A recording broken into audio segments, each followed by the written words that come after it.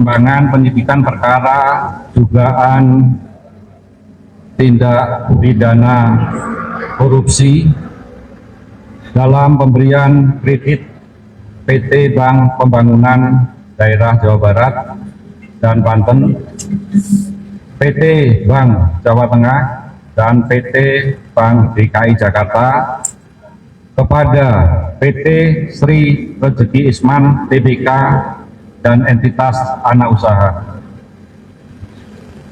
bahwa berdasarkan dengan alat bukti yang sudah kami peroleh, antara lain yaitu keterangan saksi, tadi sudah disampaikan Pak Kapus Penkum, kurang lebih sebanyak 175 saksi dan ahli, serta surat yaitu dokumen terkait dengan proses kredit ini tentunya yang telah dilakukan penyitaan oleh tim penyidik.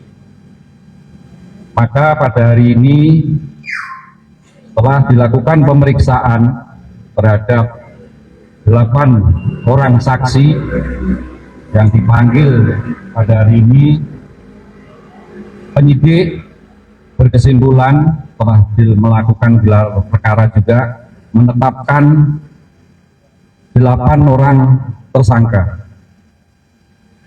Ke-8 tersangka tersebut, yang pertama AMS selaku Direktur Keuangan PT Sritek periode 2006-2023. Yang kedua BFW selaku Direktur Kredit UMKM merangkap Direktur Keuangan pada PT Bank DKI Jakarta tahun 2019 sampai dengan tahun 2022. Yang ketiga PS selaku Direktur Teknologi dan Operasional PT Bank DKI Jakarta periode 2015 sampai dengan 2021. Yang keempat JR selaku Direktur Utama PT Bank Pembangunan Daerah Jawa Barat dan Banten periode tahun 2019 sampai dengan Maret 2025. Yang kelima BR selaku Senior Eksekutif Vice President Bisnis PT Bank Pembangunan Daerah Jawa Barat dan Banten periode 2019 sampai dengan 2023.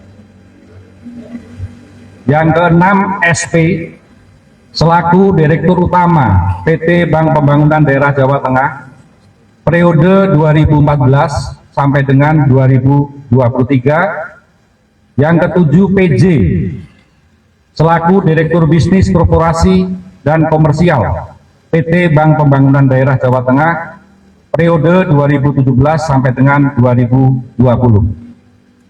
Dan yang terakhir ke-8 SD selaku Kepala Divisi Bisnis Korporasi dan Komersial PT Bank Pembangunan Daerah Jawa Tengah periode 2018 sampai dengan 2020. Kami perlu sampaikan juga peran para tersangka, yaitu untuk AMS sebagai penanggung jawab keuangan perusahaan termasuk dalam memproses kredit di pihak perbankan.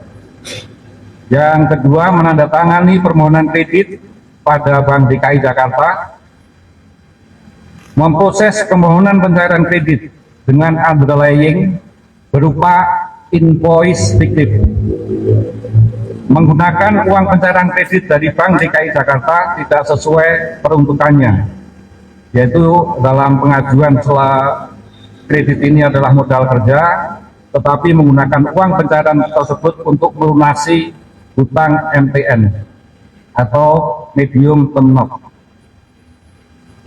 Yang kedua, tersangka DFB selaku pejabat pemegang kewenangan memutus kredit bertanggung jawab atas keputusan kredit, yaitu terkait dengan memorandum analisa kredit dalam proses kredit ini. Selaku direksi komite A2, yaitu yang mempunyai kewenangan memutus kredit, dari limit 75 miliar sampai dengan 150 miliar, tidak mempertimbangkan adanya kewajiban MTN PT Sritek pada BRI yang akan jatuh tempo. Yang selanjutnya, tidak meneliti pemberian kredit PT Sritek sesuai norma umum perbankan dan ketentuan bank. Yang ketiga, untuk tersangka PS, selaku pejabat pemegang kewenangan memutus kredit, bertanggung jawab atas keputusan kredit yang diambil terhadap MAK. Tidak meneliti pemberian kredit PT Sritek sesuai norma umum perbankan dan ketentuan bank. Memutus kredit PT Sritek dengan fasilitas jaminan umum tanpa kebendaan, walaupun PT Sritek tidak termasuk kategori debitur prima. Yang keempat, tersangka YR, yaitu merupakan komite kredit pemutus tingkat pertama, memutuskan untuk memberikan penambahan plafon kepada PT Sri Rezeki Isman sebesar 350 miliar rupiah, walaupun ia mengetahui dalam rapat komite kredit pengusul MAK menyampaikan bahwa PT Sritek dalam laporan keuangannya tidak mencantumkan kredit existing sebesar 200 miliar rupiah. Tersangka BR, yaitu selaku komite kredit kantor pusat 4, memiliki kewenangan untuk memutus kredit modal kerja 200 miliar, tidak melaksanakan tugas dan tanggung jawab sebagai komite kredit sesuai dengan prinsip 5C.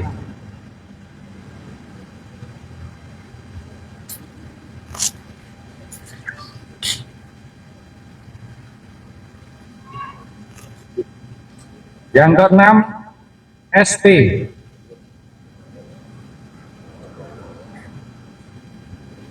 yaitu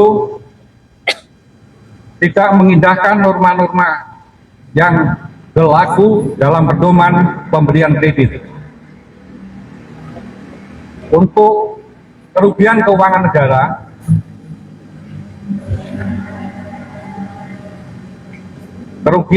dari pemberian kredit ini kepada 3 bank itu kurang lebih sebesar 1.088.650.800.000 rupiah, yang saat ini tentunya masih dalam proses penghitungan kerugian keuangan negara oleh BPKRI.